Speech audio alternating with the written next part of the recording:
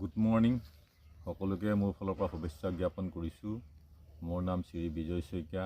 মই বলাইপাম গাঁৱত আজিৰ পৰা 5 বছৰ আগতে প্ৰায় 25শ সাঁচি গছ লগাইছিলোঁ। ইতিমধ্যে মই গোলাঘাটৰ শ্ৰী জয়ন্ত মাধৱ শইকীয়াৰ পৰা পোক আনি প্ৰায় 30-40টা মেলিছোঁ। ইতিমধ্যে পোকবিলাকে খাবলৈ আৰম্ভ কৰিছে। এয়া চোৱা, এনেধৰণৰ আমি মেলি এনেকৈ ধৰণে কাপোৰে বান্ধি আমি ৰাখোঁ যাতে পোক পৰুৱাই যাতে বা পোকটো ওলাই নাযায়।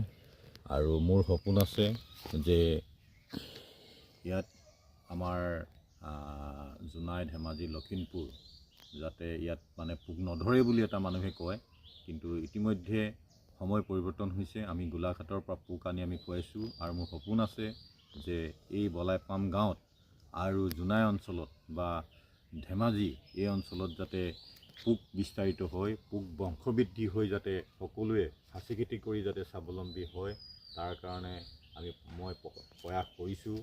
আৰু গোলাঘাটৰ জয়ন্ত মাধৱ শইকীয়াই পোকৰ যোগান ধৰিছে, তেওঁকো আমাৰ ফালৰ পৰা ধন্যবাদ জ্ঞাপন কৰিছোঁ আৰু অনুৰোধ কৰিছোঁ সকলোৱে যাতে সাঁচি গছ ৰোপণ কৰি যাতে স্বাৱলম্বী হয়, আমাৰ ভৱিষ্যত প্ৰজন্মক যাতে সাঁচি খেতিৰে যাতে আত্মসংস্থাপনৰ দিশ যাতে মুকলি হয়, তাৰ কাৰণে সাঁচি খেতি কৰি যাতে স্বাৱলম্বী হয়। আৰু পোকৰ কথা চিন্তা নকৰি আমি পোক ইতিমধ্যে কিনিবলৈ পোৱা যায়। গোলাঘাট, নামটি, শিৱসাগৰ, গোলাঘাট সকলোতে পোৱা যায়। গতিকে সাঁচি খেতি কৰিবলৈ অনুৰোধ জনাইছোঁ। ধন্যবাদ।